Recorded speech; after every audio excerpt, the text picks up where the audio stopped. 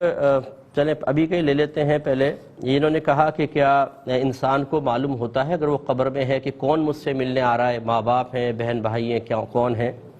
تو جی ہاں، بالکل شعور ہوتا ہے، وہ جانتا ہے کون ملنے آ رہے ہیں. بلکہ نبی کریم صلی اللہ علیہ وسلم کا فرمان ذیشان ہے کہ جب کوئی بہت ہی قریبی عزیز ملنے آتا ہے تو مردے کو سب سے زیادہ انسیت محسوس ہوتی ہے.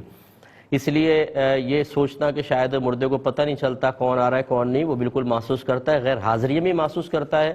اور جو حاضر ہوتے ہیں ان میں جو جتنا قریبی ہوگا جتنا پیار کرنے والا ہوگا اس سے اتنی ہی زیادہ اس کو انسیت حاصل ہوگی.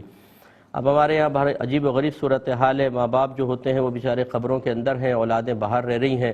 رسمی طور پہ جنازوں میں چہرہ دیکھنے کے لیے تو آنے کے لیے تیار ہوتے ہیں آ کے، اور اس کے بعد سال ہر سال پھر غائب رہتے ہیں. اس کے بعد ماں باپ تڑپتے رہیں قبروں میں، کبھی ان کی قبر کی زیارت کرنے کے لیے نہیں آتے ہیں.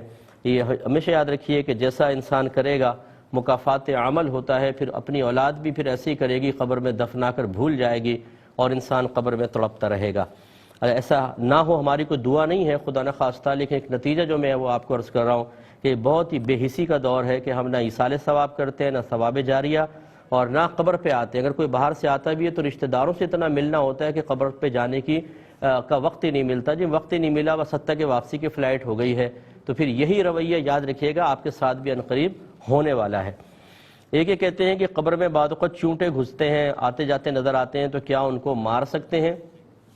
اس کے بعد جواب دیتے ہیں ایک مختصر سے بریک کے بعد. بسم اللہ الرحمن الرحیم. ایک یہ کویسچن تھا کہ قبر میں بعض اوقات چونٹیاں یا چونٹے جاتے آتے نظر آتے ہیں تو کیا ان کو مارنا جائز ہے؟ تو جی بالکل جائز نہیں ہے. اگر وہ آپ کے لیے آپ کو کاٹیں، مضر صحت ہوں، یا مطلب غذاؤں کے اندر جیسے کچن وغیرہ کے اندر ہو جاتے ہیں بہت زیادہ کثرت کے ساتھ، تو گنجائش نکلتی ہے. لیکن قبر میں آ رہے جا رہے ہیں ان کو نہ ماریں. ماریں گے بھی تو کتنوں کو مار لیں گے آپ؟ وہ باز نہیں آئیں گے. جن کو اللہ نے مقرر کیا ہے وہ ضرور قبر کے اندر جاتے آتے آپ کو نظر آئیں گے. تو ہمارا مشورہ یہ ہوگا کہ نہ ماریں. ہر تر چیز، ہر جاندار چیز اللہ تبارک و تعالی کا ذکر کرتی ہے. ہم ایک جہت سے تو یہ دیکھ رہے ہیں کہ شاید یہ مردے کو کاٹیں گے یا تنگ کریں گے، لیکن دوسری جہت سے بھی دیکھیں جتنے چونٹے چونٹیاں ہوں گی یہ اللہ کا ذکر کریں گے، اللہ کا ذکر کرتے ہوں گے تو رحمت نازل ہوں گی. اس سے مردے کو بھی انشاءاللہ فائدہ پہنچے گا. جب ایک تر شاخ جو نبی کریم صلی اللہ علیہ وسلم نے قبر پہ گاڑی اور فرمایا کہ جو امید ہے جب تک یہ تر رہے گی ان کے عذاب میں تخفیف رہے گی، تو ایک تر چیز جس کو میڈیکل سائنس بھی کہتی ہے کہ وہ بے جان، اور ہماری شریعت بھی اس کو بے جان مانتی ہے، اسی لیے درخت کی تصویر بنانا جائز.